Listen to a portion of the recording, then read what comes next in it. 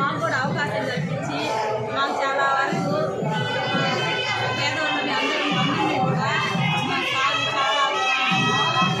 మేము గత 30-40 సంవత్సరాల నుంచి కామాక్షమ్మ దగ్గర మానసిక అనారోగ్యంతో బాధపడేవాళ్ళు, ఇంకా ఎన్నో శారీరక మానసిక అనారోగ్యాలు బాధపడేవాళ్ళు ఇక్కడే ఉండి అమ్మవారికి సేవ చేసుకొని బాగా ఇంటికి అంటున్నారు. పెద్ద పెద్ద వైద్యులు చేయలేనటువంటి రోగ నివారణ ఇక్కడ కామాక్షమ్మ వారు స్వయంగా చేస్తున్నారు.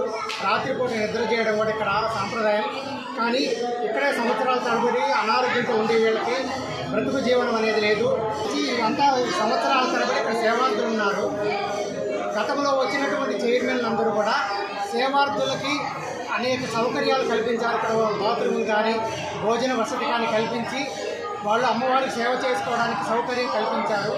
కానీ ప్రస్తుతం పరిస్థితులు దానికి వ్యతిరేకంగా ఉన్నాయి. గతంలో ఉన్నటువంటి చైర్మన్ గారు సుబ్రహ్మణ్యం నాయుడు గారు దేవాలయాన్ని పునర్నిర్మించారు. అమ్మవారికి కోటి కుంకుమ పూజలు 2 సార్లు చేయించారు.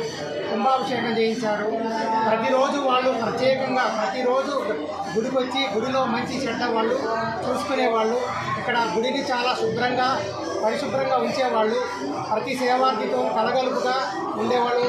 అందరిలోనూ కలిసిమెలిసి ఉండేవాళ్ళు. కానీ ప్రస్తుతము మరుగుదొడ్లకు వెళ్ళాలంటే ఆడవాళ్ళు చాలా ఇబ్బంది పడుతున్నారు. ఒక 15 రోజుల నుంచి ఇక్కడ ఉండేటువంటి సేవార్థులు కూడా భోజన సౌకర్యం లేదు.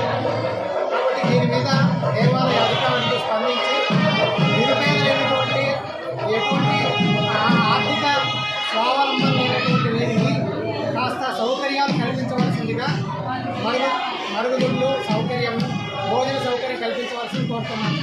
మంచి చేసి మా ప్రజల గుండెల్లో వేసిపోయినటువంటి పూర్వ చైర్మన్ గారు కొట్టా సుబ్రహ్మణ్యం నాయుడు గారు మళ్ళీ దేవస్థానానికి చైర్మన్ కావాలని ఇక్కడ ఉన్నటువంటి సేవార్థులందరూ కూడా మనస్ఫూర్తిగా కోరుకుంటూ అమ్మవారిని కూడా ప్రార్థిస్తున్నారు.